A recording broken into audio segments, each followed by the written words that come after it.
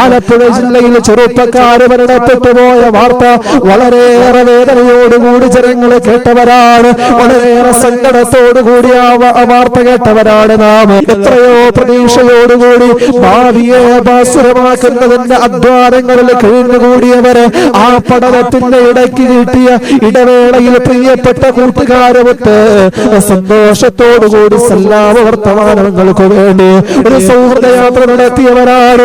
ആ യാത്ര തുടങ്ങുമ്പോ, ആ വാഹനത്തിന് യാത്ര ചെയ്യുമ്പോ പരസ്പരം സന്തോഷത്തിന്റെ വർത്തമാനങ്ങൾ പറഞ്ഞ് കളിതമാശകൾ പറഞ്ഞ് യാത്ര ചെയ്യുമ്പോൾ അവരറിഞ്ഞില്ലാതെ അവസാനത്തെ യാത്രയാണ്, ദാരുണിമണ്ണിലേക്കുള്ള യാത്രയുടെ ആരംഭമാണെന്നവർ തിരിച്ചറിഞ്ഞില്ല.